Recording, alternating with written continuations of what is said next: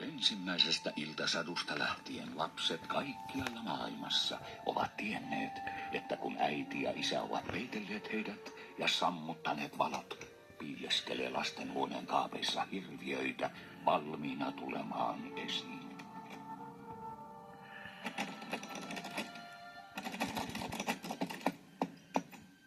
Mutta harva tietää, ettei se ole henkilökohtaista, pelkkää työtä.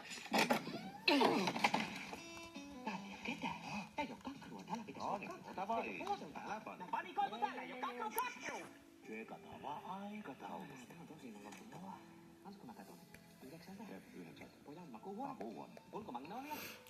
Magnolia, näytä sitä. Se on Mongolia. Kato, näyttää sitä susta Mongolialta. Joo, niin tavallaan joo. Muistatko 5. luokan? Joo. Kun sä lähetit koko ajan lappuja Anneli Tuulikille. Ihasta. Me muut päntättiin silloin maantietoa. Kato, tää ei oo Mongolia. Kuulkaa nyt tätä! Syyttää taas pienempäänsä. Onpa originellia. Se on lukenut varmaan väärin sen ainoalla silmällä. Rauhoitu nyt, hei. Älä ota tätä hei. Niin sä ajattelit, niin sä Älä ota ajattelit. taas ittees. No niin, kaveri. Piikkupyyli. Älä noin. Näin kuuntele. Enkä mä tykkää susta. Mitä? Älä en oo nyt tykkää kuulolla. Kuinoo. No joo. Hei, arvaa mikä planeetta. Mieti, kato, mikä planeetta. Niin, okei. Mä menen taukohuoneeseen ennen kuin se on itse taas loppu.